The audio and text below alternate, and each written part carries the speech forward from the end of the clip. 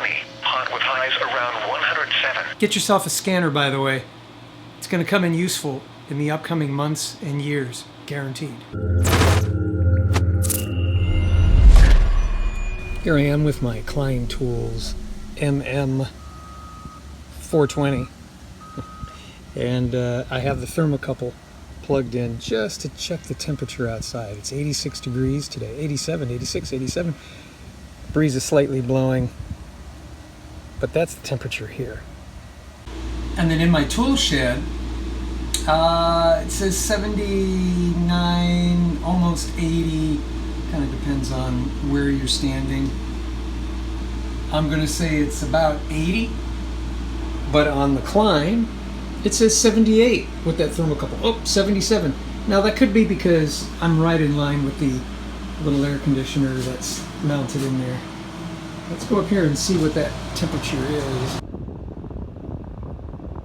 It's the delta is 57 degrees, which is 58, which is pretty good. Now, why am I showing you this thing? It's actually recently acquired, and I bought it specifically because it's either 85 or 83 degrees inside the house. Use our Amazon link down below. When you do, it helps us out and it doesn't cost you a penny more. And after using the link, save it to your bookmarks so you can have easy access to it in the future. Thank you. So why did I get this thing? Simple. It has a function on here that I haven't had in a multimeter to this date. Haven't really needed it. The function is to be able to measure capacitance when you probe things. So if you had a capacitor and you probe it, you can get how many microfarads it actually is versus what it says on the label, just to make sure that it's within spec before you have it installed. Now the real reason. My air conditioner went out. This is like the second compressor. If you guys remember, I'll throw in a clip here. September of 2018, the compressor blew up. Literally at 4 o'clock in the morning. We had, go watch that video. I'll put a link to that video. You can go see the experience that happened there. And so that compressor out there, and it's a Goodman compressor, which if you're in the industry, put a comment down below. Let me know what you think about Goodman. But it's kind of the mid-tier of air conditioning compressor units. Kind of mid-tier. Probably the lower cost of the mid-tier. And the reason that wasn't because I was cheap. Not a brand new home, it was a previously owned home. And the previous owner purchased a 1-year warranty on the home for any major appliances and all that kind of thing. Well, everything worked well the first year, and just as the second year began, because let's see, the first year we were here August of 2017, and as things would have it, that warranty expired, and then September 2018, 1 month after that expiration, or would have been the expiration, the compressor went out. It always works that way. It's Murphy's Law, is it not? Murphy. Well, fortunately, my adorable wife had the foresight to say, hey, do we want to extend that warranty 1 more year? This was before we had problems with the air conditioner. My wife, she's a good woman. Yeah, so I said sure. It was just a few $100s. And we had all new appliances in the house that we purchased, so it wouldn't count for that stuff, but things like plumbing and electrical and air conditioning and those things were covered under the previous policy. So we just said, let's go 1 more year just in case. And guess what? Just in case happened. So it got covered. The problem was the insurance company only, wanted to use their authorized installation crew that came from, now we're up in the Waco, China Spring area, which is central Texas, right in the middle of the state. And they had their crew, which I think came from San Antonio, which is the south.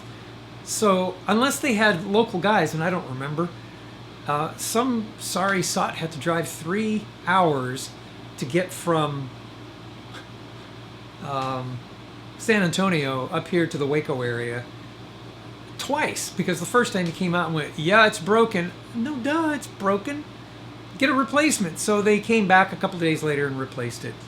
And not only was it the installation had to be approved by the insurance company, but also the product. And the only product that they would deal with was Goodman, because it's mid-tier, low cost, had a 10-year warranty, which is good, because it's been 5 years, and if something went sideways, I might be able to, for any hardware expenses, I might be able to get that covered under warranty. Although I'm not using the same installers. I'm using a company called Comfort Air. They didn't pay me to do any of this. They're just the ones that we've been using and come to know, the installers and other people in the neighborhood, and the people at my church, and the church building itself uses Comfort Air.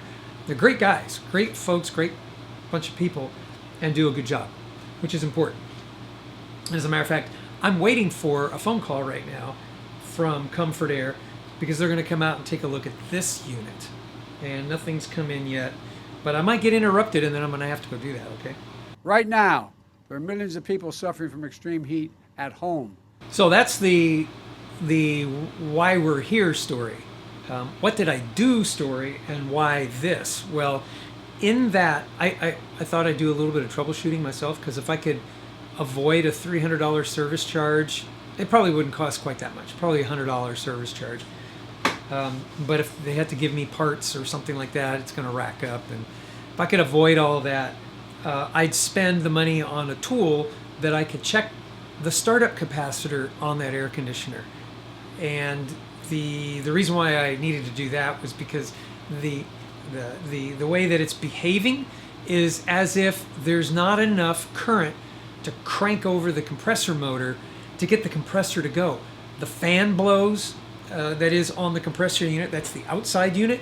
The fan is spinning, it's doing its thing, but I'll hear a relay clicking and buzzing and then clicking off, which it's one of two things. Not enough energy from that capacitor and it's gone bad, which would be okay because that's a $20 part. That's an easy fix. I could probably do that myself, hence checking the capacitor. Then the other thing is it's probably something to do with the compressor itself, the coolant pump. And it could be a number of things. The bearings are fine. I haven't heard the bearings go bad, but it could be kind of stuck for some reason other than low capacitance or low amperage getting, to the motor, or it's something internally gets overheated real fast and the thing is tripping and turning off. And so needless to say, it's going to be 108 degrees today, and my house has no air conditioning. That's why I'm in the tool shed, because I got air conditioning here with about a 25 degree delta, which is great. Now the house, well insulated, it's 85 degrees in the house right now, which is, for me, tolerable. For my wife, not so much.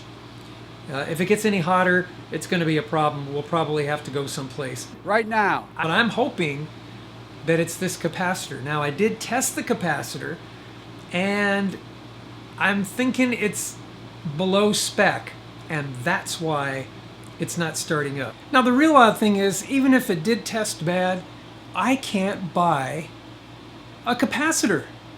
Man up and vanished like a fart in the wind. Nowhere can I get one retail. I can get one wholesale, but I don't have a resale license. They wouldn't sell it to me.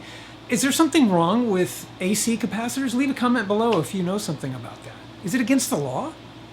This is a conspiracy. Now, what I might do is, through Comfort Air, maybe buy a backup capacitor that I can put on the shelf in case the compressor capacitor goes out again.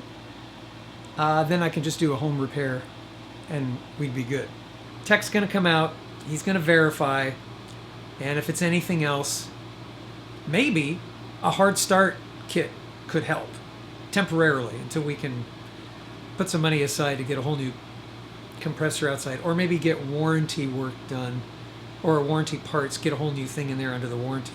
You're gonna have to work that out. That's kind of a long story, but that's where I'm at right now. It's hot, and let's put this on the table and go through the specs. Overall length, about 6.5 inches. Its width at the widest point, 3 1/8 inches. Its depth at the thickest point, 2 inches. It weighs in at 9 5/8 ounces.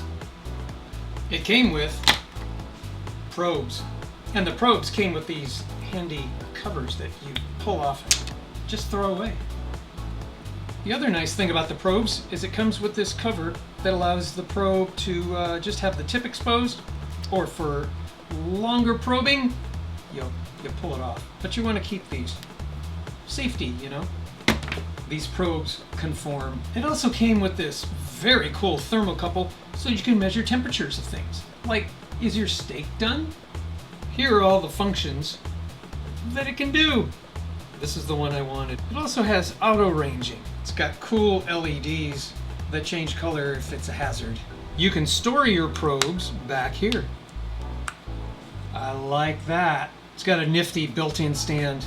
Pop that up. It stands up all by itself. I do like that feature.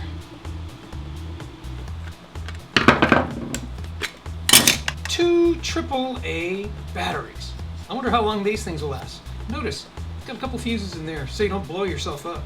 Oh, and just so that there's no confusion, this lifts up separately. You don't have to unscrew these two to get the battery compartment. It's just that one screw. And for our French-Canadian friends, you can read it in French. Merci. No, it's not really all bilingual, just the warning. It says it holds to true RMS measurement technology. What does that mean? True RMS provides a more correct value that is proportional to the square root of the average of the square of the curve, and not to the average of the absolute value. For any given waveform, the ratio of these two averages is constant, and as most measurements are made on radar, nominally, sine waves, the correction factor assumes this waveform, but any distortion or offset will need to Oakley dokley. What's this little thing back here? I don't know. It says optional magnetic mount. I think you clip something on there and you can magnetic mount it on your D-square panel. If you're an electrician, you know what that means. It also came with this nifty manual, and it has 2 other languages too. It has a 2-meter drop test passage. I'm not going to try it though. It's made by a trusted company called Klein. I've got some other Klein tools. I like them. And unlike other tools, Klein is made in America, not China. Okay, there's way more on here to go over that time just does not permit today. So if you leave a comment down below, just ask, what kinds of things, and only ask for the MM420 because that's the one I've got. What kind of capabilities does it have? What are its settings and all that kind of stuff? You can take a look at the buttons and stuff just by looking at that. But if you leave a comment down below, I'll be happy to answer, okay? Very valuable tool. It was very helpful to me. Made in the USA. Even if you don't need a multimeter, just go out and buy one and put it in your pouch somewhere, in your toolkit, whatever. It's made in the USA. It's got to be worth something, right? Don't forget, leave a comment down below. I've got other videos. I might do some more videos on this, and for that, I want you to subscribe and join me at the next video.